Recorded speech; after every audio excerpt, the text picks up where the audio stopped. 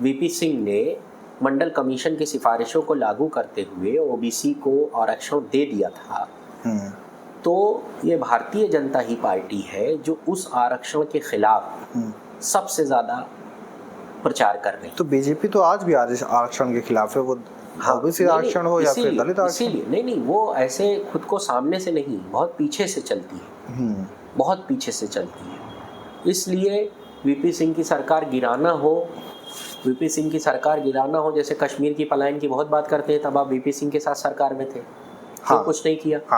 क्यों कुछ नहीं किया? आज़ादी से पहले नॉर्थ ईस्ट फ्रंटियर एक स्टेट था, वहाँ स्टेट की असेंबली में आज़ादी से पहले भी चुनाव होता था। भारत में पहला चुनाव 37 में हो गया था, अंग्रेजों ने कराया था, तो तब की सरकार थी नॉर्थ ईस्ट फ्रंटियर में। वहाँ विधानसभा में ये पारित हो रहा है कि अलग देश बनना चाहिए। तो आपको क्या करना चाहिए? आप तो देशभक्त हो ना, बताते हो कि हम सबसे बड़े नेशनलिस्ट हैं, आपको तुरंत सरकार से इस्तीफा दे देना चाहिए। इन्होंने कुछ नहीं किया, कुछ नहीं किया। और यही लोग जो आज बीजेपी के हैं, इनके 3 खंड हैं। तब ये हिंदू महासभा हुआ करती थी। तो असली लड़ाई किससे? बीजेपी जो गवर्नमेंट में है उससे, या फिर आरएसएस से है? नहीं, देखिए, बीजेपी बगैर आरएसएस के कुछ नहीं। हाँ, ये तो ठीक बात है, लेकिन खोल करके इस पर बात नहीं होती है। नहीं, देखिए, आरएसएस ही बीजेपी को चलाती है। तो बीजेपी क्या मतलब? अगर मान लीजिए आप बीजेपी को हरा देते हैं, हाँ, और पब्लिक जो है वो बीजेपी को डिनाई कर देती है कि अब दोबारा हम इनको वोट नहीं करेंगे, पब्लिक तो डिनाई करेगी, नई पार्टी बन जाएगी। तो कहने का मतलब यह है कि नहीं, राजनीति में असली लड़ाई किससे है? बीजेपी से या आरएसएस से? इन विचारधारा से है।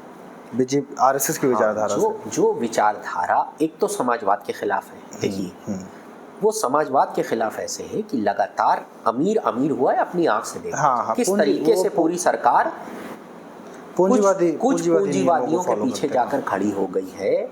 और लगातार जो संपत्ति है, 50% भारत के लोगों के पास सिर्फ भारत के 6% संसाधन है। जो लोग 50% हैं और संसाधन सिर्फ 6% भारत के। तो दुनिया अगर जब इस चीज़ का एनालिसिस करती है कि भारत कहाँ है, तो वो ये देखती है कि यहाँ अमीर, अच्छा चलिए कांग्रेस आप बताते हैं सब लूटे थी, एकदम सब बर्बाद की थी, मान लेते हैं, मैं तो इनकी सारी बात मान लेता हूँ, मेरा काम ही है रोज़ डिबेट में बैठना। मैंने कहा ठीक है, आप आए 14 में, क्या बदला आपने? तो 14 में आ गए, पूरी तरीके से आ गए कि आधी सरकार में थे? पूरी सरकार में थे, तो आपको तो सब ठीक कर देना चाहिए। लेकिन क्योंकि धर्म की चादर है,